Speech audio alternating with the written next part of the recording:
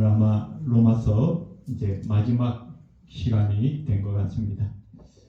오늘 본문의 말씀해 가지고 나의 복음 그런 제목으로 잠깐 동안 은혜를 나누려고 합니다. 우리 한국 교회가 하나님 은혜 가운데 엄청난 부흥의 역사가 있었고, 우리 각 교단마다 최고로 큰 교회, 최고로 많이 모이는 교회가 각 교단마다 1위 하는 교회가 다 한국에 있다. 그런 이야기들이 있었습니다. 그래서 수많은 외국의 목회자들이 한국에 와서 한국의 목회를 배워야겠다. 그래서 엄청난 붐이 일었던 그런 시절도 있습니다. 그러나 교회가 가진 최대의 자산은 번들어하게 지은 건물이나 또 셀 수 없이 많은 군중과 같은 성도의 수에 있는 것이 아니라는 것입니다.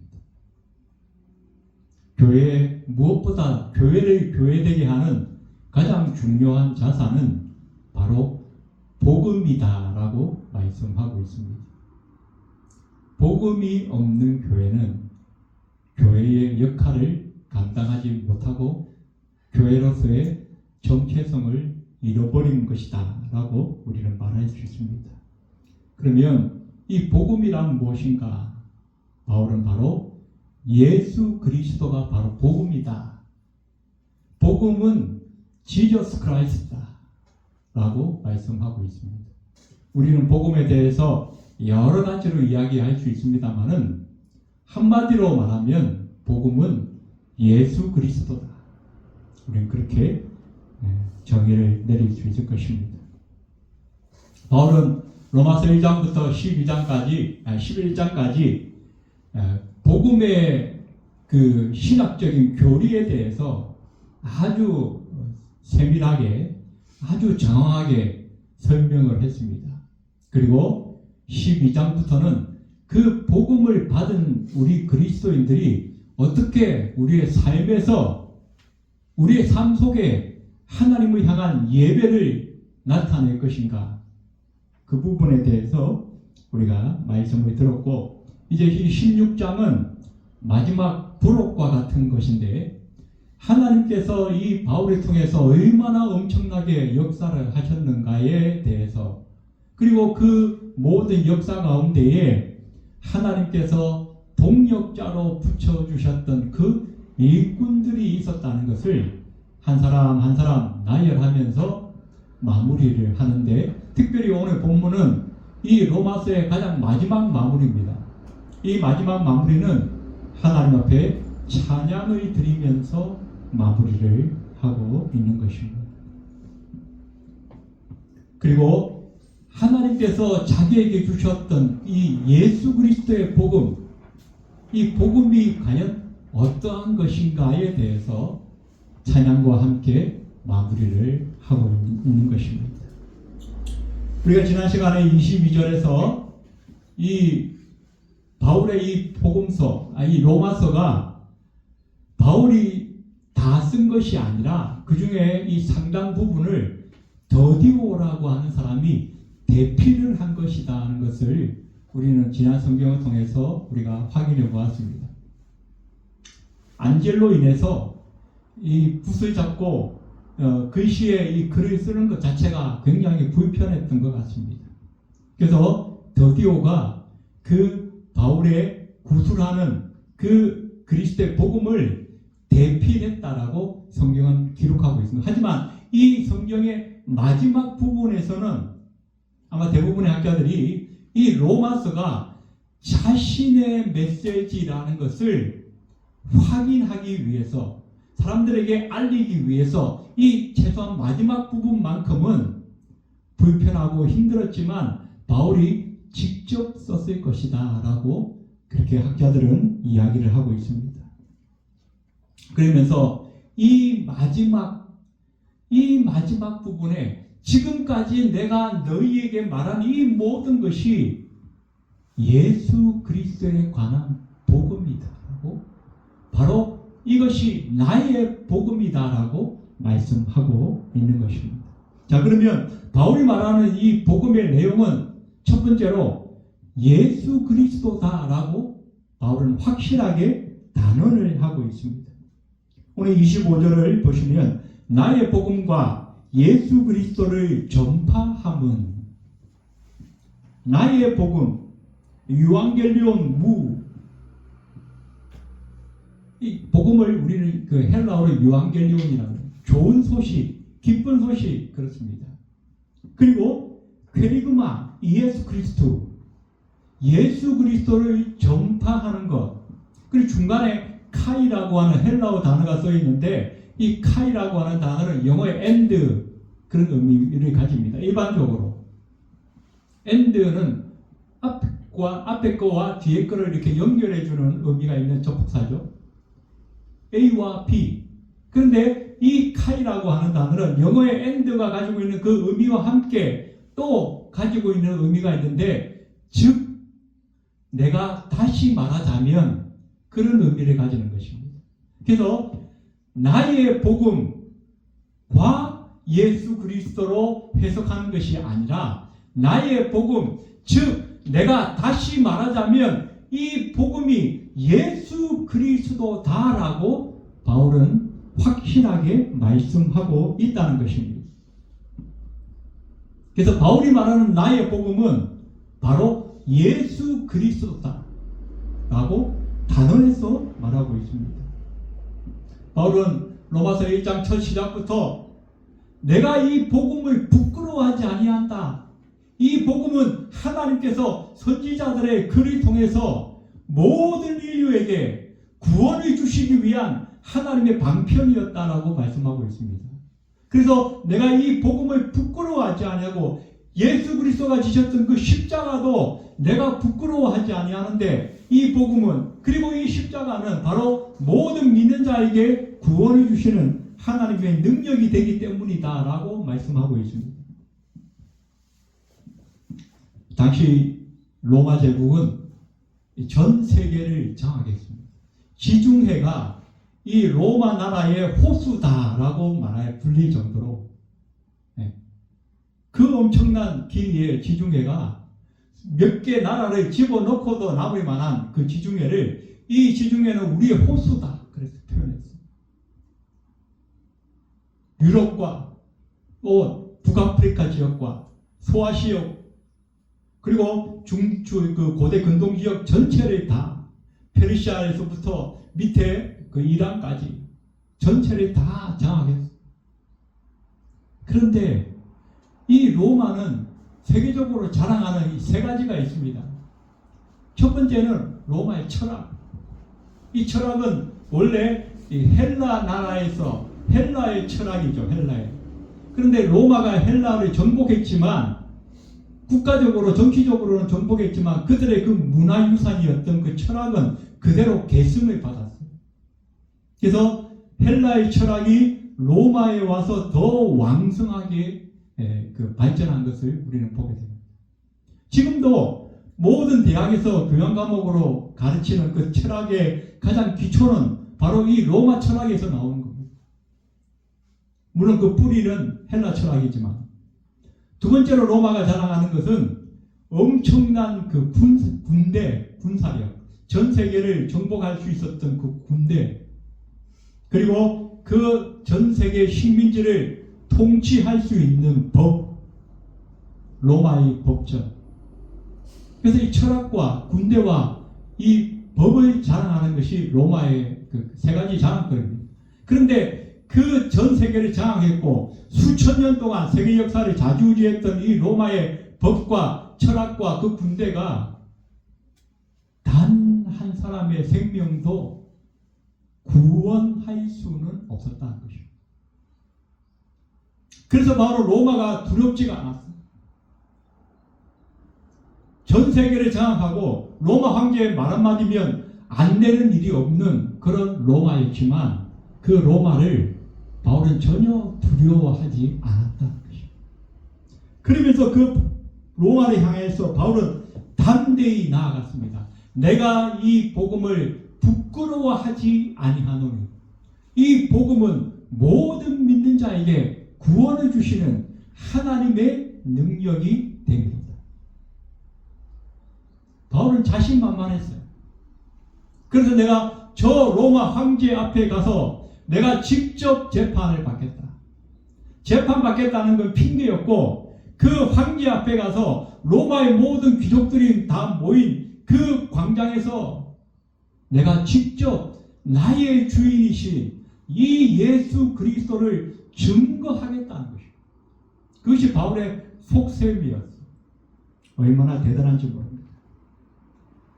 그래서 바울이 말하는 이 복음, 바울이 말하는 이 나의 복음이라고 하는 것은 바로 예수 그리스도 그 자신이라는 것을 성경은 말씀하고 있습니다. 그래서 바울은 말합니다. 첫째는 유대인에게요, 또한 헬라인에게로다.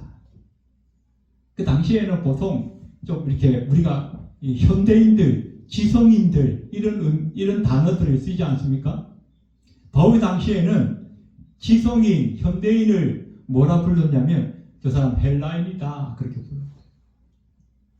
로마인이다 부르지 않고 그보다 더 위격, 더 높은 그 어떤 위상을 자랑하는 단어가 바로 야, 저 사람 헬라인 같아. 그래서 이 복음이라고 하는 것은 너네가 짓밟고 너네가 식민지로 통치하고 있는 이 이스라엘 사람들의 그 유대인들에게만 필요한 것이 아니라 온 세계를 장악했다고 자랑하고 떠들고 있는 너희 헬라인에게도 이 복음이 필요하다. 왜? 너희가 자랑했던 그 철학이나 군대나 그 법으로 지금까지 단 한 명의 영혼도 구원한 적이 없기 때문에. 우리 주님 세상에 오셔서 말씀하셨죠. 요한복음 14장 6절에 내가 곧 길이요 진리요 생명이니 나로 말미암지 않고는 내 아버지께 올 자가 없느니라. 아버지께 온다는 건 뭐예요? 다른 말로 표현하자면 구원을 받을 수 있다. 사도행전 4장 12절에도 다른 이로서는 구원을 받을 수 없나니 천하 사람 중에 구원을 받을 만한 다른 이름을 우리에게 주신 일이 없다. 구원받을 이름이 뭐예요? 바로 예수 그리스도라는 것입니다. 그래서 바울은 이 로마서의 마지막을 이렇게 마무리 지으면서 나의 복음이 바로 예수 그리스도다라고 이 로마서의 결말에서 다시 한번 복음이 바로 예수 그리스도 그 자신이라고 하는 것을 분명하게 강조하고 있다는 것입니다. 오늘 두 번째로 우리가 보게 되는 것은 이 복음이 어떻게 우리에게 증거되었는가, 복음의 그 계시의 과정에 대해서도 바울은 다시 말하고 있습니다. 오늘 25절 다시 보시면 나의 복음과 예수 그리스도를 전파함은 영세전부터 감추었다가 라고 되어 있습니다.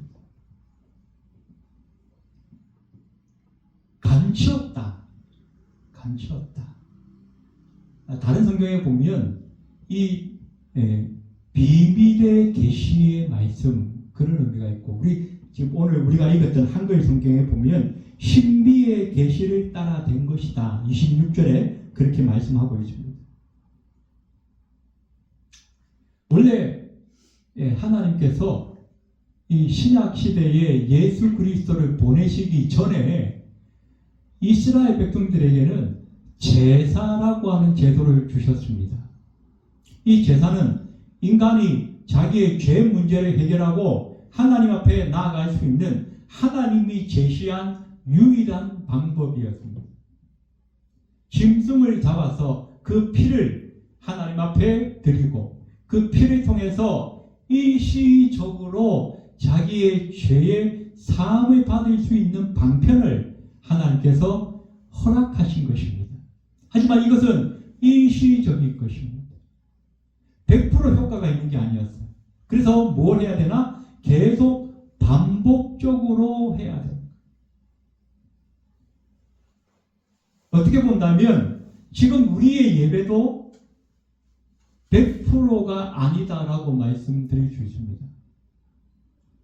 우리는 예수를 믿음으로 말미암아 구원을 얻는다 그렇게 말하지 않습니까? 물론 맞는 말입니다. 하지만 우리의 구원은 시작되었지만 우리의 구원은 완성되지는 않았습니다. 마치 우리에게 임한 이 하나님의 나라가 지금 우리가 예수를 믿는 순간 시작되었지만 우리의 하나님의 나라가 완성된 것이 아닌 것과 동일한 것입니다. 그리고 우리의 하나님 나라는 언제 완성되느냐? 우리 주님께서 다시 오시는 그날 완성되어지는 것입니다. 동일한 뜻으로 우리의 구원은 언제 완성되어지는가? 예수님께서 다시 이 세상에 오실 때, 우리를 마지막 심판하러 오실 때에 주님께서 오시는 그날 우리에게 어떤 일이 일어나는가? 우리는 육체의 부활을 맞이하게 됩니다. 살아있는 사람은 살아있는 몸이 신형체로 변하게 될 것이고, 그동안 죽었던 사람들은 무덤에서 다시 일어나 신령한 부활체로, 그리고 영혼과 육체가 온전히 하나로 연합되어진 완전체로 부활하게 되어져서 주님을 영접하게 된다라고 성경은 말씀하고 있습니다. 그것이 온전한 구원입니다. 그래서 구약시대의 제사와 지금 신약시대의 이 예배는 100% 완전한 것이 아니에요. 그래서 우리가 뭘 합니까? 매일 반복을 해야 돼요. 주일마다 반복하는 거예요. 그래서 이 반복을 통해서 영원한 저 하나님의 나라에 대한 기대와 소망을 가지면서 우리가 이 세상에서 살아가고 있는 것입니다. 하지만 100% 아니고 불완전하지만 이 예배는 하나님과 우리 사이에 온전한 교제 속에서 이루어지는 것이기 때문에 지금 우리는 이 예배와 또 우리의 거룩한 삶을 통해서 이 땅에 살지만 하나님 나라를 맛보고 있는 것이다 라고 성경은 우리에게 가르쳐 주고 있는 것입니다. 그래서 미스테리라고 성경은 기록하고 있습니다. 신비의 계시, 비밀의 계시. 이 비밀이라고 하는 단어는 우리가 영어 단어에 보면 그 시크릿이라는 단어가 있고 미스테리라고 하는 단어가 있습니다. 이 미스테리는 원래 그 헬라어 미스테리온이라고 하는 단어에서 온 것입니다. 그러면 시크릿과 미스테리가 어떻게 다른 건가? 시크릿은 원래 의도했던 사람, 원래 주권자가 열어주지 않은 것입니다. 여러분 그 아파트에 가면 이렇게 우리가 번호키 이렇게 누르잖아요. 그 번호키는 뭐예요? 남이 알면 안 되는 것이죠. 그래서 원래 이 주인만 아는 거예요. 주인 외에 다른 사람에게는 열어주지 않는 겁니다. 이것이 시크릿이에요. 우리가 컴퓨터를 쓸 때 이 컴퓨터나 핸드폰의 비밀번호는 남에게 알려지면 안 되는 거기 때문에 애초부터 우리가 남에게 공개하지 않는 거예요. 원래 주권자가, 주인이 공개하지 않는 비밀, 그것이 시크릿입니다. 그런데 이 미스테리라고 하는 것은 주권자가 알려주었는데 주변에 있는 청중들이 이 주권자의 의도를 깨달아 알지 못하는 것, 그래서 비밀이 되어지는 것을 미스테리라고 말하는 것입니다. 그런데 하나님의 계시, 이 복음의 계시는 뭐예요? 시크릿이 아니고 미스테리라고 하는 것입니다. 알 수 있는 자는 알 수 있지만 하나님이 열어주었음에도 불구하고, 하나님이 보여주었음에도 불구하고, 하나님이 가르쳐 주었음에도 불구하고 본인들이 알지 못하는 것, 깨달아 알지 못하는 것, 그것이 뭐예요? 복음의 비밀이라고 하는 것입니다. 그래서 어떻게 해요? 이 세상에 모든 사람들이 다 예수 믿는 게 아니잖아요. 모든 사람들이 예수의 복음을 알고 그 진리를 깨우쳐서 구원에 이르는 게 아니잖아요. 아는 사람은 깨우쳐 구원에 이르는 것이고 모르는 사람은 여전히 그 비밀 속에 있는 거예요.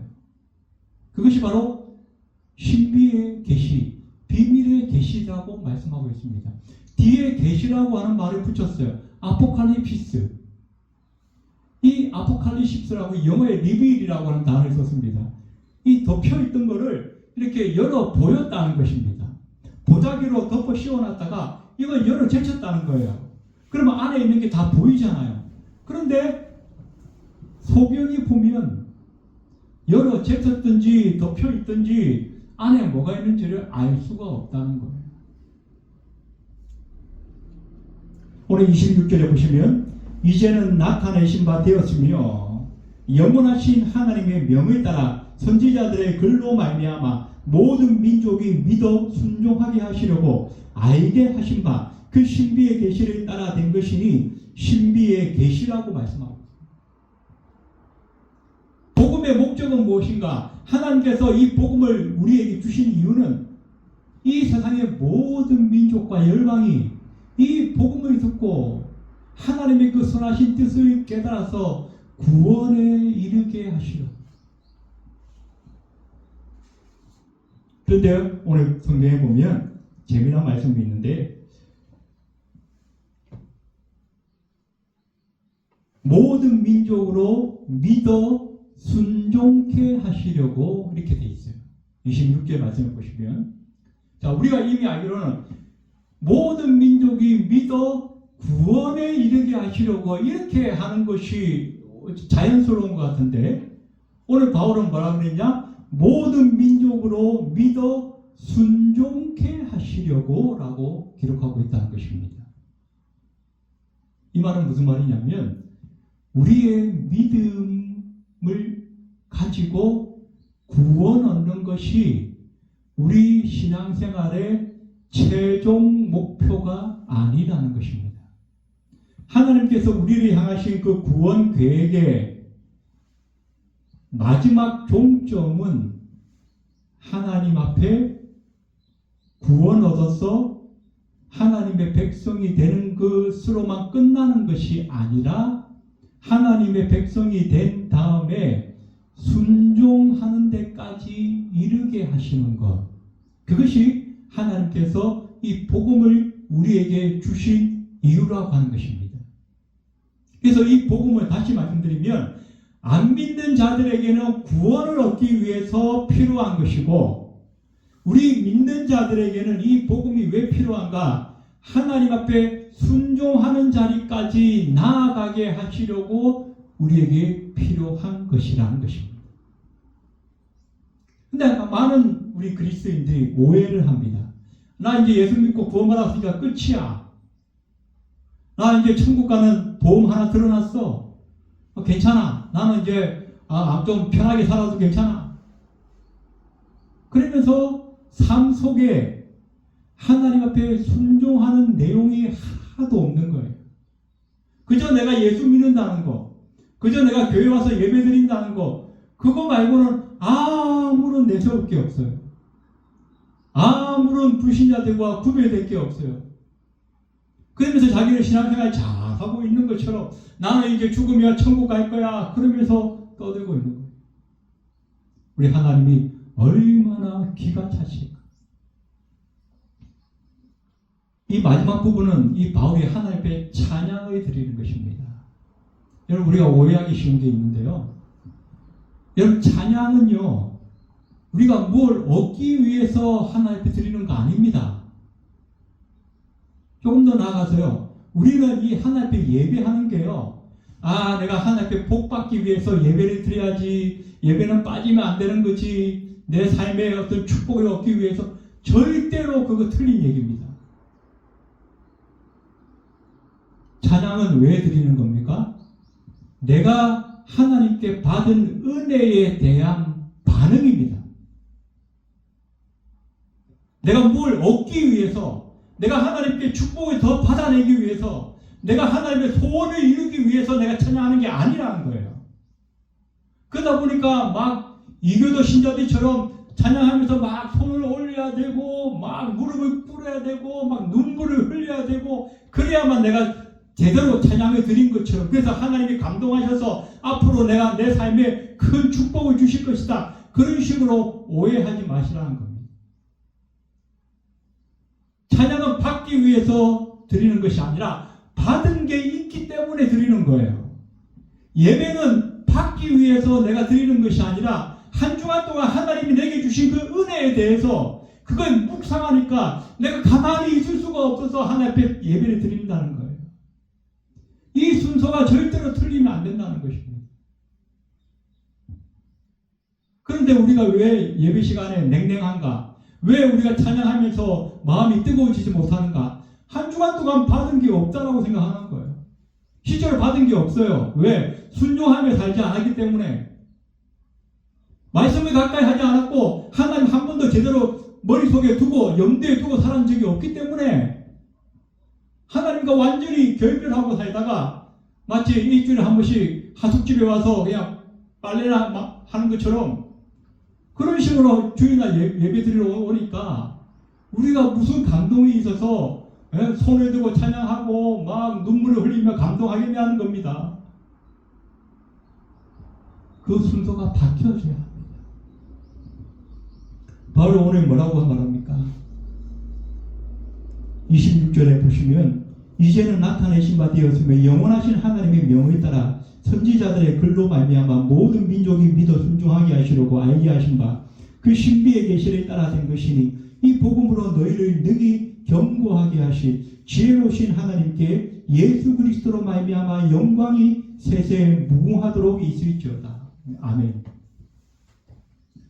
바울의 이 찬양이 하나님 앞으로 내가 가는 길에 나와 동행하시고 내가 복음을 전할 때마다 수많은 사람이 예수 믿고 돌아오게 하시고 하나님 내가 가는 길에 고난이 없게 하시고 내가 돌에 맞아 죽는 일이 없게 하시고 감옥에 갇히는 일이 없게 하시고 그렇게 하기를 원합니다 라고 하면서 찬양을 드린 건가요? 아니잖아요.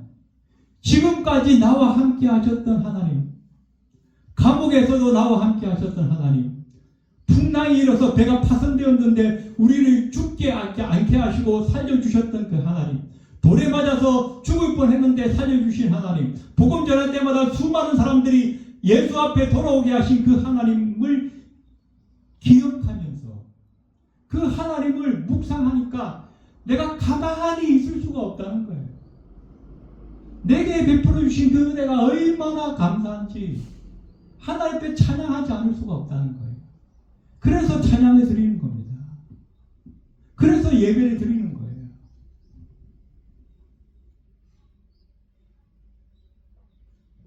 제가 설교할 때마다 자꾸 옆으로 얘기를 하니까 시간만 자꾸 가고 진도가 안 나가는데 오늘도 여기서 좀 마무리를 해야 될 것 같습니다. 오늘 원래 마지막 시간 끝내려고 했는데 다음 시간에 한 번 더 마무리를 할 수 있도록 그렇게 하겠습니다. 제가 잠깐 기도드리고 설교를 마무리하도록 하겠습니다. 하나님 감사합니다. 바울을 통하여 예수 그리스도의 복음이 증거되게 하시고 많은 사람들에게는 비밀이요 감추어진 것이지만 우리에게는 나타나게 하셔서 우리의 영혼이 반응하게 하시고 하나님 앞에 감사하며 그 믿음으로 하나님의 복음을 받아들여 구원받은 백성 되게 하신 것을 감사를 드립니다. 이 감격으로 날마다 우리가 우리의 삶에 하나님의 뜻을 묻고 찾으며 순종하는 삶이 있게 도와주시고 그 순종하는 삶 속에 여전히 역사하시는 하나님의 은혜를 우리가 체험하며 주 앞에 나올 때마다 찬양하게 하시고 주 앞에 나올 때마다 기쁨으로 예배하게 하는 우리가 될 수 있도록 하나님 인도하여 주시옵소서. 한 주간의 삶 속에 주께서 우리와 동행하여 주시고 우리가 어디를 가든지 무엇을 하든지 하나님의 은혜와 능력 안에 살게 하셔서 다음 주에 우리가 또 예배하러 나올 때는 기쁨으로 감사하며 찬양하며 감격 속에서 예배할 수 있는 우리가 될 수 있도록 하나님 이번 한 주간 동안에도 함께하여 주옵소서. 예배를 마치고 돌아가는 발걸음 위에도 우리와 동행하여 주옵소서. 예수님의 이름으로 간절히 기도드립니다. 아멘.